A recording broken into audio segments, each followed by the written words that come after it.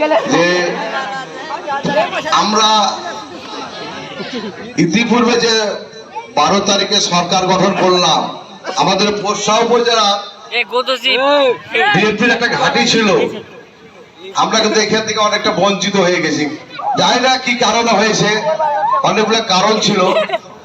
তো মুর্শিদপুর আর বিশেষ করে আমাদের নিতপুর, এই দুইটা ইউনিয়ন ছিল অত্যন্ত বড় কাজে বিএনপির জন্য একটা ঘাঁটি।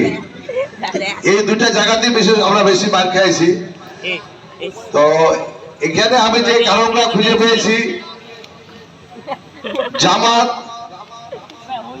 বিভিন্ন ভাবে সুয়ের মতো মনে করে বিভিন্ন জায়গায় ঢুকে পড়েছিল এবং আমাদের কিছুটা কন্দল ছিল। এই কন্দলের কারণে আমরা জামাতকে অনেকে ভোট দিয়ে দিয়েছি।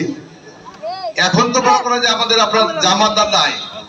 এই আগামী যে স্থানীয় যে নির্বাচন আসতেছে, এই স্থানীয় নির্বাচনে আপনারা এই ভুলটা যেন না করেন আবার। তার কারণ যা কিছু হবে এই স্থানীয় সরকারের মাধ্যমে কিন্তু আমাদের অন্যান্য কর্মকাণ্ডগুলো হবে। আপনারা সকলে একত্রিত হয়ে আগামী নির্বাচনে এখানে যে চেয়ারম্যান মেম্বার যে ক্যান্ডিডেট দিবে তার পিছনে আপনারা কিন্তু কাজ করবেন। কারণটা হলো যে যদি মনে করেন যে আপনারা একই গ্রুপে 2-3টা ক্যান্ডিডেট হন, তাহলে আমাদের কিন্তু অবস্থা ভালো হবে না। তাই অনুরোধ করব, আগামী যে স্থানীয় যে নির্বাচন আসতেছে, এই নির্বাচনে আপনারা মাঠে কাজ করেন। মাঠে কাজ করে যার জনপ্রিয়তা আমরা দেখবো, এমপি মহোদয় দেখবে এগুলো, তারপরে কিন্তু উনি ক্যান্ডিডেট সিলেকশন করবে। উনি যেটাকে সিলেকশন করবে তার সাথে কিন্তু আমরা কাজ করব। এটাই কিন্তু আমাদের হওয়া দরকার। কথা ঠিক কিনা বলেন আপনারা?